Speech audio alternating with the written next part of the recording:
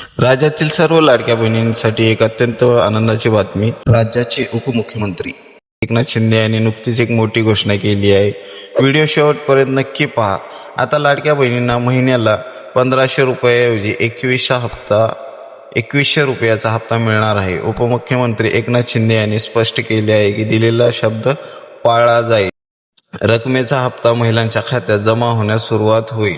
2100 रुपये हा सर्व लाडक्या बहिणींना चालू होणार आहे. योजना कधीच बंद होणार नाही असेही म्हटले गेलेले. ही योजना बंद पडेल अशा अफवा पसरवल्या जात होत्या, पण एकनाथ शिंदेने ठणकावून सांगितले की मुख्यमंत्री माझी लाडकी बहीण योजना ही निरंतर चालणारी प्रक्रिया असून ती कधीही बंद पडणार नाही. सर्वात महत्त्वाची गोष्ट म्हणजे अर्थसंकल्पात या योजनेसाठी शासनाने निधी वाढवून दिला आहे. त्यामुळे पैशाची कोणतीही कमतरता भासणार नाही आणि प्रत्येक पात्र बहिणीला हक्काचे पैसे मिळतील.